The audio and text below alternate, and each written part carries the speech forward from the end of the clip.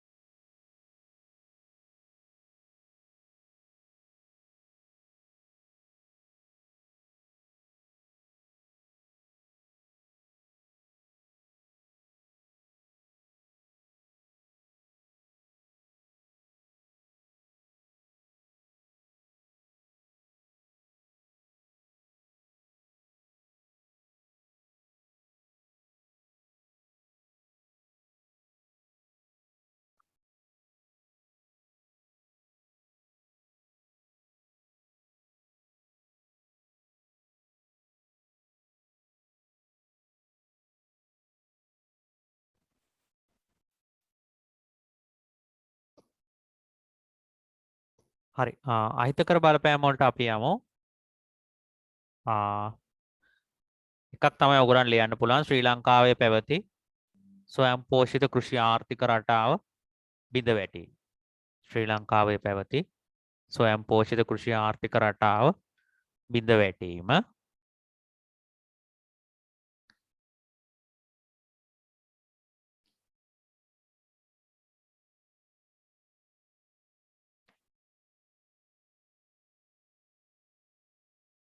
ඊළඟට වාරි මාර්ග පද්ධතිය අබලන් වීම. ඒක ප්‍රතිසංස්කරණය කරන්නේ නැහැනේ. ඊළඟ එක ගත්ත හැකි වාරි මාර්ග පද්ධතිය අබලන් වෙනවා.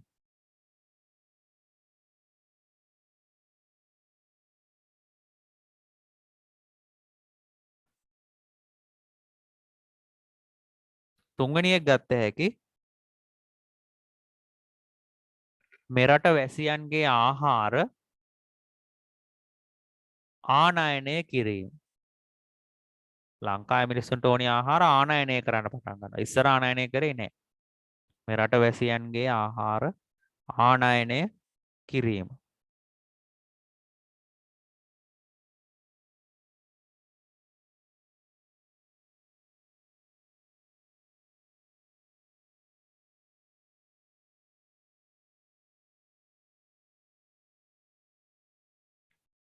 ඊළඟට ගොවි ජනතාවගේ ඉඩම් රජයට අත්පත් කර ගැනීම. නැත්නම් ගොවි ජනතාවගේ ඉඩම් අහිමි වීම.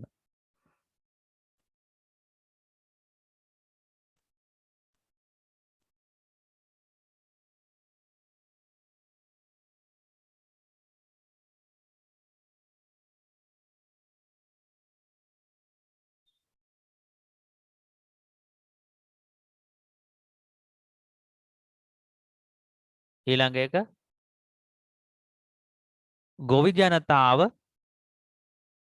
වෙනත් රැකියා සඳහා යොමු වීම. දැන් කෘෂි කර්මාන්තයේ ප්‍රමුඛ ස්ථානය ලැබෙන්නේ නැති වුනහම ඒගොල්ලෝ කෘෂි කර්මාන්තයට අයින් වෙනවා. ගොඩක් වෙලාවට ඒගොල්ලෝ දැන් රාජ්‍ය සේවයම ආරම්භ කරපු නිසා රාජ්‍ය සේවයට ඒ විභාග ලියලා ඒ දවස්වල තිබුණ අධ්‍යාපන ක්‍රම වලට ගිහිල්ලා ඉංග්‍රීසි ඉගෙනගෙන ඒ මිෂනාරි පාසල් වලට ගිහිල්ලා ක්‍රිස්තියානි ආගම වැළඳගෙන ඒ වගේ දේවල් සිද්ධ වෙලා ඒගොල්ලෝ ආ, වෙනත් රැකියාවල් වලට යොමු වෙනවා. ගොවි ජනතාව වෙනත් රැකියාවලට යොමු වෙනවා. ඒතකොට ඒක අහිතකර බලපෑමක් වෙන්නේ කෘෂිකර්මයේ නියැලෙන ගොවීන් ප්‍රමාණය අඩු වෙන්න අපිට ආනයනය කරන්න වෙන ආහාර ප්‍රමාණය වැඩි වෙනවා.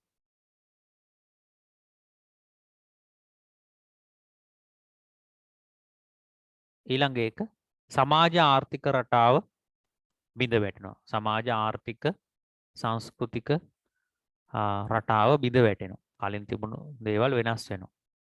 සමාජ ආර්ථික සංස්කෘතික රටාව වෙනස් වීම. දැන් සමාජ ආර්ථික රටාව බිඳ වැටීම කියලා ලියවනම් හරි.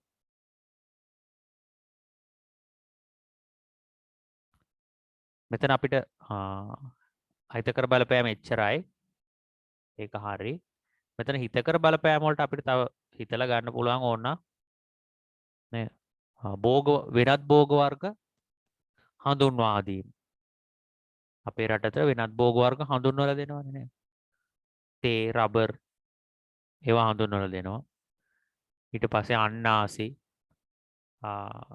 දූරියන්, දෙල් ඒ වගේ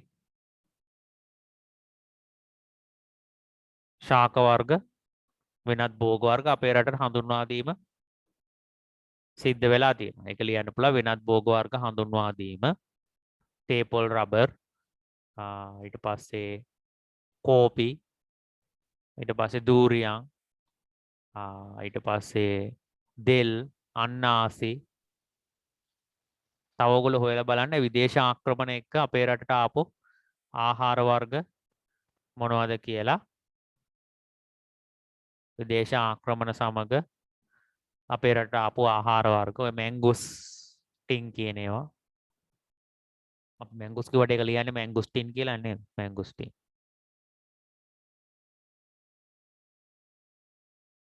ඒ වගේ ආහාර වර්ග හඳුන්වලා දෙනවා. එතකොට ඒකත් ආර්ථිකයට සිදු හිතකර බලපෑමක්. අලුත් ආහාර වර්ග ඇවිල්ලානේ. හරි. එතකොට හිතකර සහ අහිතකර බලපෑම් කියන කොටස ඉවර වෙනවා. එතකොට ඒක ඔයගලන්ට විශාල වශයෙන් අවශ්‍ය වෙන්නේ නැහැ. මම ඔයගලන්ට ඒක සිලබස් එකේ තියෙන එක පෙන්නන්නම්.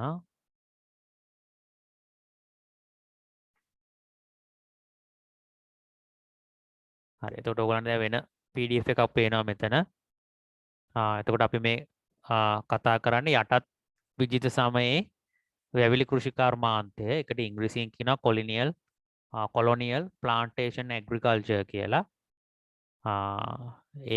ඒක නිසා අපේ රටේ කෘෂි ආර්ථිකයට සිදු හිතකර අහිතකර බලපෑම් තියෙනවා. ඒවා තමයි මං කිව්වේ මාර්ග හා ප්‍රවාහන අනෙකුත් යටිතල පාසුකම් දියුණු වෙනවා. සමාජ විව්‍යුහය වෙනස් වෙනවා. ධනවත් කුල බිහි වෙනවා. ඒ කියන්නේ අර ඉඩම් තියෙන අය තේ වගා කරලා ඒගොල්ලෝ ඒක ආදායම් ලබලා දියුණු වෙනවා. ඉඩම් නැති අයට තේ වගා කරන්න බෑ දැන්. කුඹුරු වල වී වගා කරන්න බෑනේ. ඒ වගේ රදල පරම්පරාවක් බිහි වෙනවා. විදේශයන්ට යටත් වීම ඒක අපි දන්නා වාසියක් කියලා කොහොමත් දේශීය කෘෂිකර්මාන්තයේ නියුතු අයට ඉඩම් අහිමි. එතකොට මේවා තමයි ඒකේ තියෙන සාරාංශය. ඒවත් එක්ක තමයි මම අර කරුණු ඕගලන්ට කිව්වේ.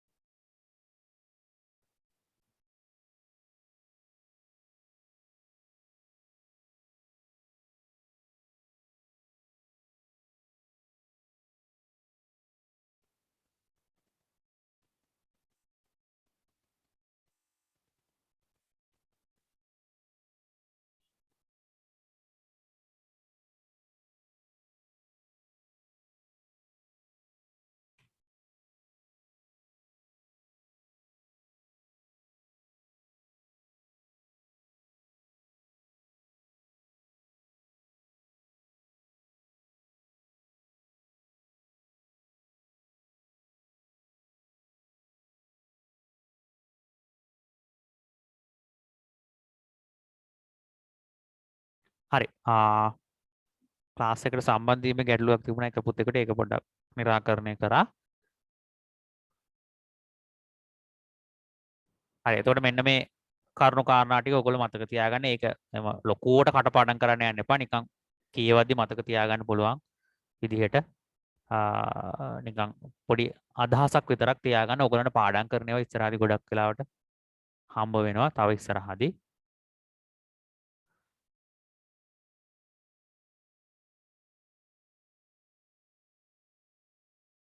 හරි. අපි නැවතත් ටියුට් එකට එනවා.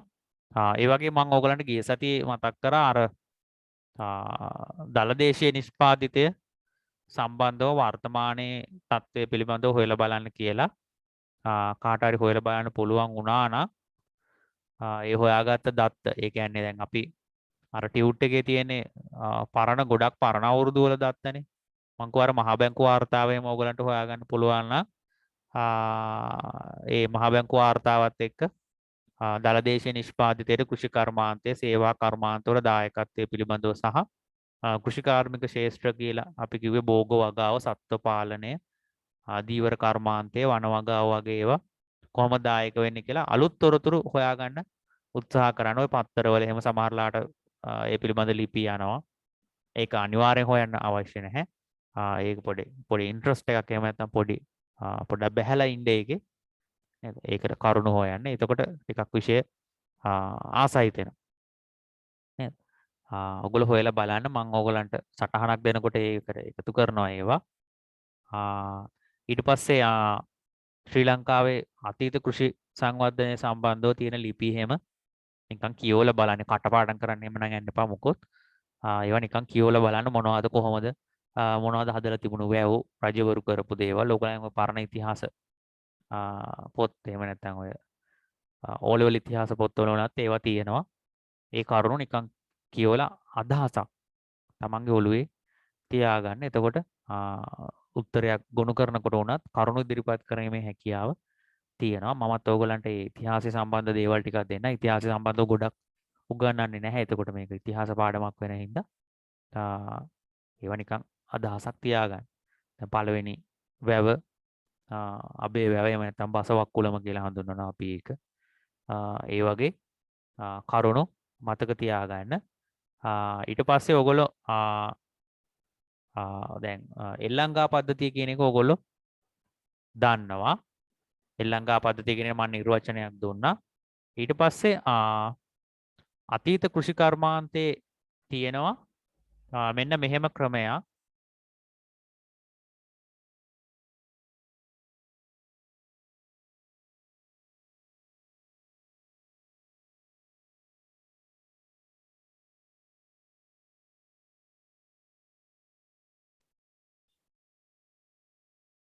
මම හිතනවා ඔයගලන්ට පේනවා ඇති කියලා බෙත්ම ක්‍රමය කියලා. එක වචනයක්. ඒක යම්කිසි රටාවකට සිද්ධ කරන ක්‍රමයක්. ඒකට අපි කියන්නේ බෙත්ම ක්‍රමය කියලා. ඒ බෙත්ම ක්‍රමය මොකක්ද කියලා. ඕගොල්ලෝ පොඩ්ඩක් හොයලා බලන්න කායෙන් හරි අහන්න හරි. නේද? ඕගොල්ලන්ට හම්බ වෙන පොත්පත් වලින් හරි නැත්නම් අන්තර්ජාලයෙන් හොයන්න පුළුවන් නම් එහෙම හරි කමන්නේ. හොයලා බලන්න මෙන්න මේ බෙත්ම ක්‍රමය කියන්නේ මොකක්ද කියලා. මේක ශ්‍රී ලංකාවේ කෘෂි කර්මාන්තයට සම්බන්ධ ක්‍රමයක්. මොකද්ද මේ බෙත්ම ක්‍රමය කියලා කියන්නේ කියලා. මම ඕගොල්ලන්ට ඒකට අවස්ථාව දෙන්න. ඕගොල්ලෝ හිමීට ඒක හොයලා බලන්න. හම්බුනොත් ඕගලන්ට හම්බ වෙනවනේ ඒක. නේද? ඒක ඕගලන්ට ස්ක්‍රීන්ෂොට් එකක් අරගෙන හරි ෆොටෝ එකක් ගහලා හරි නැත්නම් චූඩියට ටයිප් කරලා හරි මට මැසේජ් එකක් දාන්න. ගෲප් එකට දැම්මත් කමක් නැහැ. එතකොට අපේ අනිත් යාළුවොත් ඒක ඉගෙන ගන්නවා. කොහොම හරි ඕගලන්ට හම්බුනොත් ඒක මට එවන්න. ඊට පස්සේ දලදේශීය නිෂ්පාදිතය අපි දාදේ දලදේශීය නිෂ්පාදිතය පිළිබඳවත් වර්තමාන තත්ත්වය පිළිබඳව පුංචි අදහසක් ගන්න උත්සාහ කරන්න ඒ ටික කරන්න. හරි. මම ආයෙ මතක් කරා ඒ ටික. මෙතන බෙත්ම ක්‍රමය කියන එක ඔයගොල්ලෝ කොහෙන් හරි ලියාගෙන තියාගන්න නැත්නම් මම වීඩියෝ එක දාන්න පරක්කු වුණොත් එහෙම ඔයගොල්ලන්ට ඒක මතක නැති වෙන්න පුළුවන්. ඒක හොයලා බලන්න.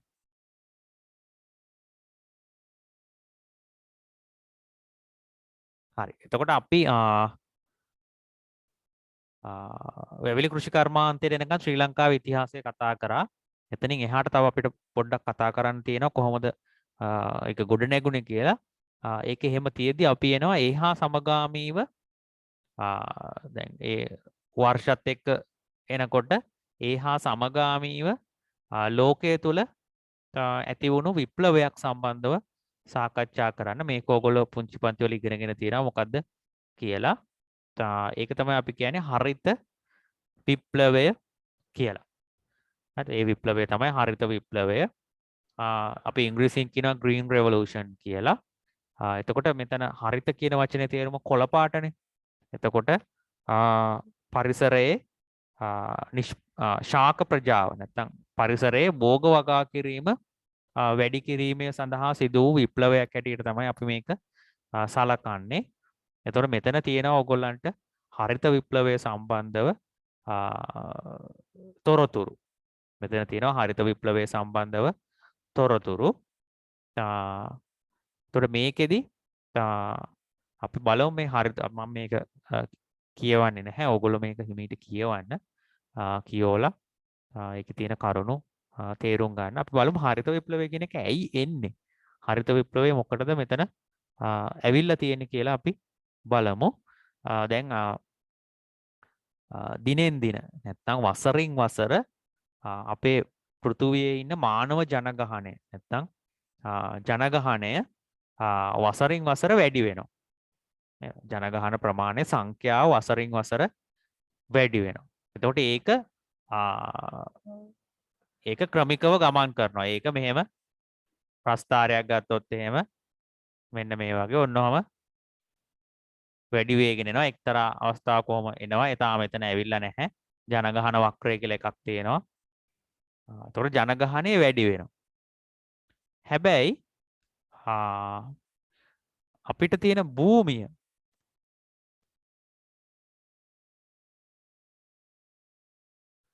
භූමිය කියන සම්පත සීමිතයි. ඒක නියතයි. ඒක භූමිය වෙනස් වෙන්නේ නැහැ. භූමිය වෙනස් වෙන්නේ නැහැ කියලා කියන්නේ අපිට කෘෂිකාර්මික කටයුතු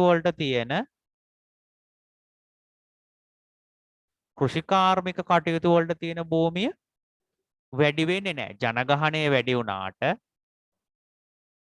ජනගහනය ඉහළ ගියාට භූමිය සහ කෘෂිකාර්මික ඉඩම් වැඩි වෙන්නේ නැහැ. ජනගහනය වැඩිවීමත් සමග භූමිය වෙනත් කටයුතු සඳහා පාසල් ඉදි කරන්න, රෝහල් ඉදි කරන්න, කර්මාන්ත ශාලා හදන්න, ජල විදුලි බලාගාර ඒ වගේ මිනිසාගේ වෙනත් අවශ්‍යතාවයන් සඳහා මේ භූමිය භාවිතා කිරීම නිසා කෘෂිකාර්මික කටයුතු සඳහා තියෙන භූමිය අඩු වෙන්න පුළුවන්. හරි අඩු වෙන්න පුළුවන්. අඩු වෙනවා. හරි. එතකොට ජනගහන වර්ධනයත් එක්ක ජනගහනය දිනෙන් දින වැඩි වීමත් එක්ක තව දෙයක් සිද්ධ වෙනවා. ඒක තමයි ආහාර ඉල්ලුම. ආහාර ඉල්ලුම දිනෙන් දින වැඩි වෙනවා. මම උඩට ඉතලේ දාන්නේ වැඩි වෙනවා කියන්නේ. ජනගහන වර්ධනයත් එක්ක ආහාර ඉල්ලුම වැඩි වෙනවා. හැබැයි කෘෂිකාර්මික භූමි ප්‍රමාණය අඩු වෙනවා. හරි. හැබැයි අපි ආහාර ඉල්ලුම සපුරන්න එපා. නැත්තම් කෘෂිකර්මාන්තයෙන් ආහාර නොලැබුණොත් එහෙම නේද? මිනිසාගේ මූලික අවශ්‍යතාවයක් නැති වෙලා ගිහිල්ලා ඉවර වෙලා ජීවිතේ පවත්වාගෙන බැරුව මිය දෙන්න පුළුවන්. එතකොට ඔන්න ඕකට විසඳුමක් හැටියට මේ 1960 ගණන් වල 1950 ගණන් 60 ගණන් වල මෙන්න මේකට විසඳුමක්. එතකොට ඒ දවස්වල හිටපු කෘෂි විද්‍යාඥයින් ඊට පස්සේ ජීව විද්‍යාඥයින් කෘෂි තාක්ෂණික ශිල්පීන් ඒගොල්ලෝ තමයි මේක මුල පිරුවේ. හරි. එතකොට මේක පටන් ගන්න 1943 මෙක්සිකෝව කියන රටේ ඇමරිකාවට යටින් තියෙන මෙක්සිකෝව ඒ රටේ තමයි මේක ව්‍යාපෘතියක් ඇටියට ආරම්භ වෙන්නේ මේ හරිත විප්ලවය කියන එක. ඒතර මේක 1960 ගණන් වෙනකොට ලෝකයේ පුරා ප්‍රචලිත වෙනවා. එතකොට මෙන්න මේ ආහාර ඉල්ලුම කියන එක සපුරන්න නම් මොකද්ද කරන්න ඕනි කියලා විද්‍යාඥයෝ කල්පනා කරා. ජනගහනය වැඩි වෙනවා. කෘෂිකාර්මික භූමිය අඩු වෙනවා. ආහාර ඉල්ලුම වැඩි වෙනවා. ඒතර කෘෂිකාර්මික භූමිය අඩු වෙනවා කියලා කියන්නේ ආහාර නිෂ්පාදනය එන්න අඩු වෙනවා. එතකොට ඔය පිළිබඳව පර්යේෂණ කරලා ඔය පිළිබඳව සාකච්ඡා කරලා විවිධ දේවල් කිව්වට පස්සේ මෙන්න මේ වගේ සංකල්පයකට එනවා. ඔන්න අපි හිතමු මේ තියෙන්නේ කෘෂිකාර්මික භූමිය.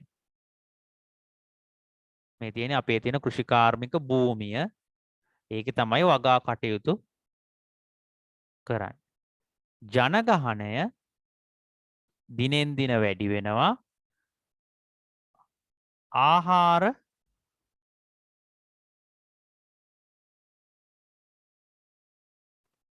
ඉල්ලුමත් දවසින් දවස වැඩි වෙනවා.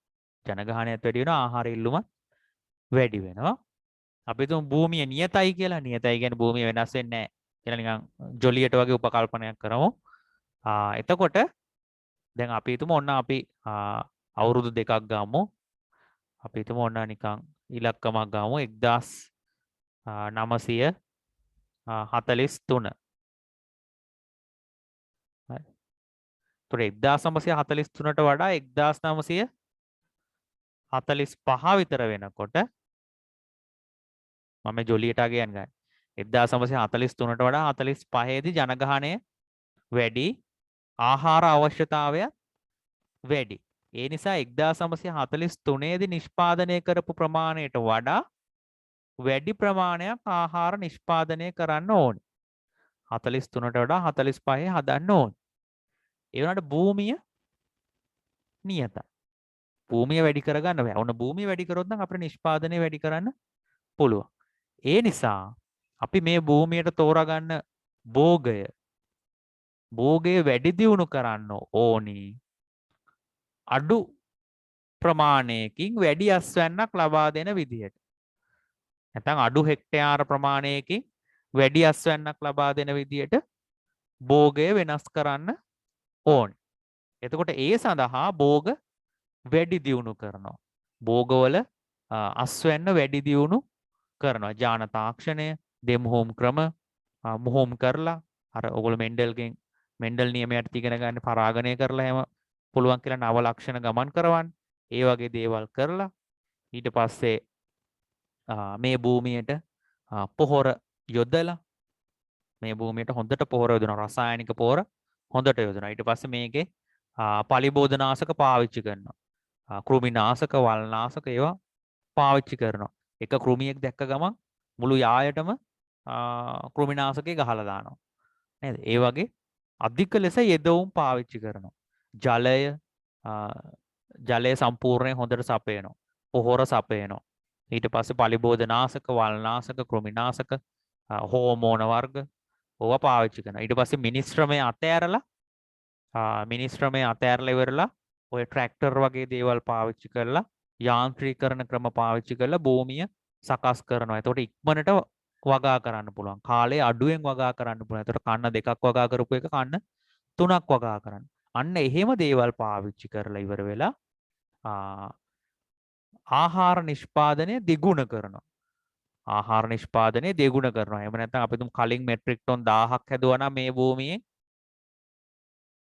අර මං කියපු ක්‍රම ටික පාවිච්චි කරලා නව ප්‍රභේද සහිත ශාක, රසායනික ද්‍රව්‍ය, යන්ත්‍ර උපකරණ ඒවා පාවිච්චි කරලා අස්වැන්න දෙගුණ කරනවා. ආහාර නිෂ්පාදනය දෙගුණ කරනවා. Metric ton 2000. ඒතර ඕවගේ ක්‍රම පාවිච්චි කරලා ලෝකයේ ආහාර නිෂ්පාදනය දෙගුණ කිරීම අපි හඳුන්වනවා හරිත විප්ලවය කියලා.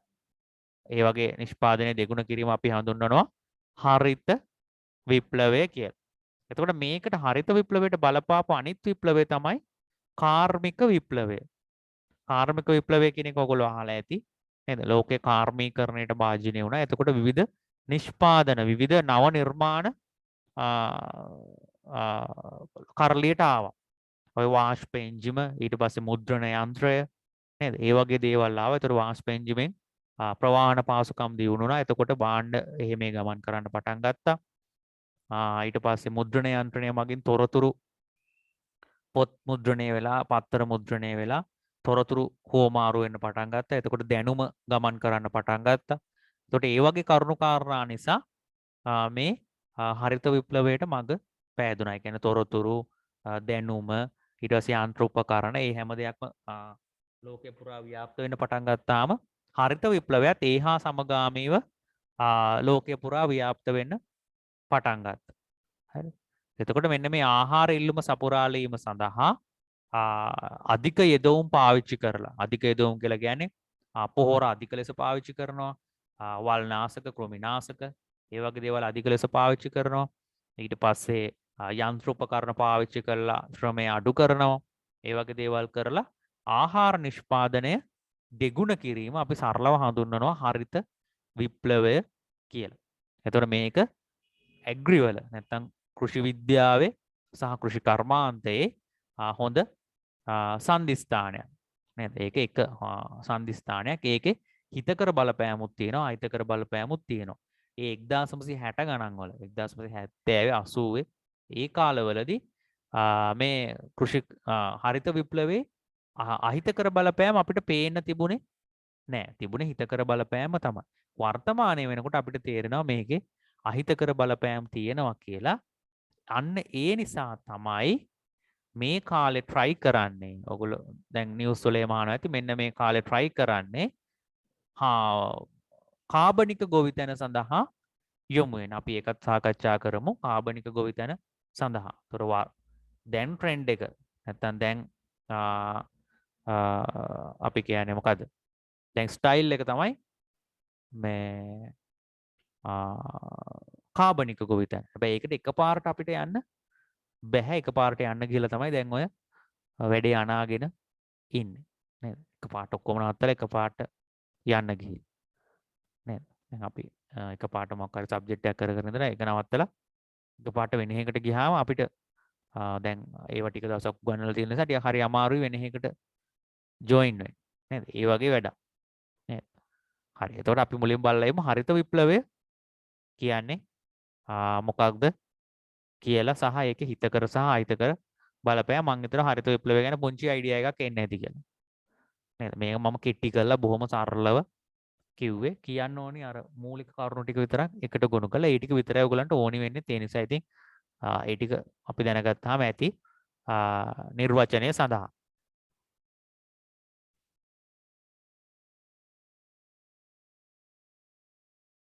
හරි. එතකොට මෙතන තියෙන ඔය කරපු වැඩ කටයුතු ඉතිහාස කතා එහෙම තියෙනවා.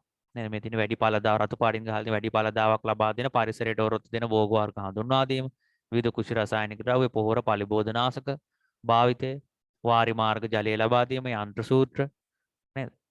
ඊට පස්සේ පරිසරයට ඔරොත්තු දෙන භෝග වර්ග හඳුන්වා දීම ඒවා හරිත විප්ලවයෙන් වෙච්ච ඒවා. හරි. ඒතර මේක කරේයි කියලා මෙතන තියෙනවා ලෝක සාගිනි නිවීම සඳහා. ඒ කියන්නේ ජනගහන වර්ධනයත් එක්ක අවශ්‍ය කරන ආහාර සැපයීම ලබා ගැනීම සඳහා. එතකොට පටන් ගත්තේ කොහෙද කියලා තියෙනවා 1943 මෙක්සිකෝවේ නගරේ. ඒක කටපාඩම් කරන්න ඕනේ දැනුමට දැනගෙන ඉන්න. දැන් ඇග්‍රි කරන ළමයෙක්ගෙන් හරිත විප්ලවය පටන් ගත්තේ කොහෙද කියලා ඇහුවොත් කියන්න පුළුවන් වෙන්නේ බෑ නේද? මෙක්සිකෝ කියන රාජ්‍යයෙන් තමයි ඒ ව්‍යාපෘතිය පටන් ගත්තේ 1943. ඊට පස්සේ ඒකේ තාක්ෂණික අංශ නවමාදිලී වැඩි ඵලදායී බීජ වර්ග නිපදවේ. නවීන කෘෂිකාර්මික ශිල්ප ක්‍රම යොදාගෙන. එතකොට ඒවා තමයි. එතකොට මෙතන විස්තර ඕගොල්ලන්ට තියෙනවා. දෙමුහුම් බීජවල ගුණාංග මොනවද කියලා මේවා කටපාඩම් කරන්න එපා. නිකන් මේ ටික කියවන්න. අයිඩියා එකක් ගන්න, අදහසක් ගන්න තමයි මෙතන දාලා තියෙන්නේ. ඊට පටක රෝපණයෙන් මොනවද කරේ? නේද? ඒ වගේ කරුණු කාරණා ටිකක් මෙතන තියෙනවා. මෙතන තියෙන එක මේ නෝට් එක දාලා තියෙන්නේ කටපාඩම් කරන්න එපා. ඔන්න මම ආයිත් කියනවා. ඒක කියවන්න. දෙතුන් පාරක් කියවන්න. කියවනකොට ඒකේ තියෙන ඒවා අලුත් නිසා මේ ඕගලන්ට මොලේට යනවා. ඒකෙන් පුංචි කරුණු කීපයක් මතකත් තියාගන්න. කරුණක් දෙකක් මතක තියාගන්න. හරි. එතකොට අපිට මෙන්න මෙතන නිර්වචනය කරන්න වෙනවා.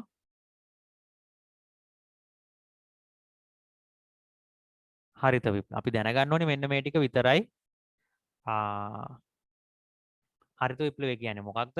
හරිත විප්ලවය හිතකර ප්‍රතිඵලයි අහිතකර ප්‍රතිඵලයි විතරයි අපි දැනගන්න ඕනේ. කියන්නේ අපිට විභාගයට ඕනි කරන්නේ අර අමතර කරුණු කියන ඒවා ඕගොල්ලන්ට දැනුමට දීලා තියෙන්නේ බොඩි බෑග්ග්‍රවුන්ඩ් එකක්. වටපිටාවක් තේරුම් ගන්න ඕන නිසා.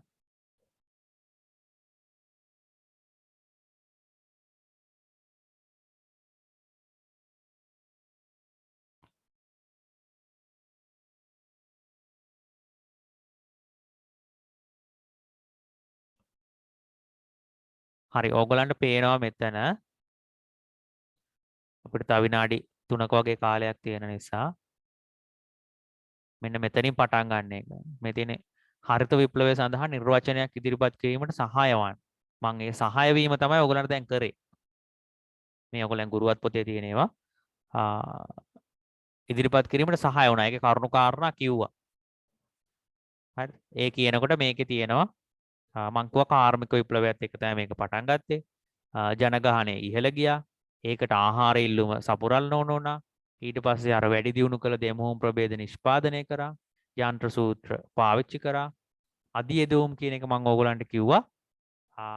පොහොර රසායනික ද්‍රව්‍ය පාවිච්චි කිරීම ජලය ඒ වගේ දේවල්.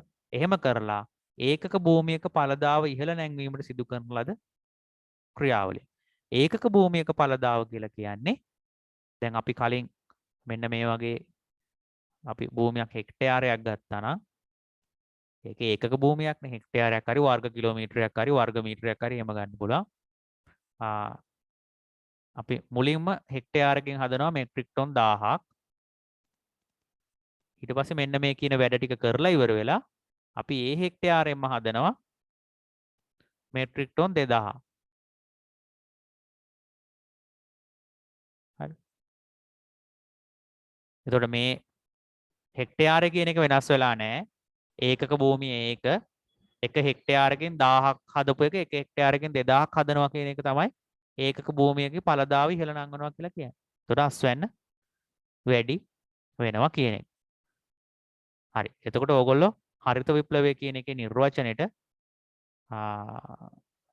මෙන්න මේක සටහන් කරගන්න. ඒක ඕගොල්ලන්ට සටහන් කරගන්න දැන් වෙලාව මදි වෙයි කියලා මට හිතෙනවා. ඒ නිසා මම ඕගොල්ලන්ට ඒක දාන්නම් WhatsApp එකේ දාන්න. එතකොට ඕගොල්ලෝ ලියන්න. ඊට පස්සේ ඕගොල්ලෝ අර ඕගොල්ලන් ටියුට් එකේ තියෙනවා හරිත විප්ලවයේ හිතකර සහ අහිතකර බලපෑම්. අර තියෙන නෝට් එක පොඩ්ඩක් කියවලා ඒකේ හිතකර සහ අහිතකර බලපෑම් ලියලා පැන්සලෙන් ලියලා පස්සේ පෑනෙන් එකුඩින් ලියන්න පුළුවන්. පැන්සලෙන් ලියලා ඒක මට WhatsApp එකක් දාන්න. මම උගලන්ට රිමයින්ඩර් එකකුත් පස්සේ දාන්නම්. ඒ ටික ලියලා දාන්න. හැමෝම ලියලා ෆොටෝ එකක් ගහලා දාන්න. ඔයගොල්ලන්ගේ පාවිච්චි කරන එකේ කැමරාවක් නැත්නම් ප්‍රශ්නයක් නැහැ. එහෙම නැත්නම් එවන්න ඕනේ නැහැ. ඔයගොල්ලන්ට තියෙන තාක්ෂණික ක්‍රමවේදය අනුව පාවිච්චි කරලා එවන්න. ටයිප් කරලා එවුවත් කමක් නැහැ. දැන් කෙටියෙන් ඒ වගේ එවන්න. හරි. දැන් ඒකටම ෆෝන් එකක් ගන්න යන්න එපා. ෆොටෝ ගහලා එවන්න කිව්වා කියලා. තියෙන ෆොටෝ එක මට පැහැදිලි නැති වුණත් මම කොහොම හරි කියව ගන්නම් එවන්න. තියෙන කැමරාව. හරි. එහෙනම්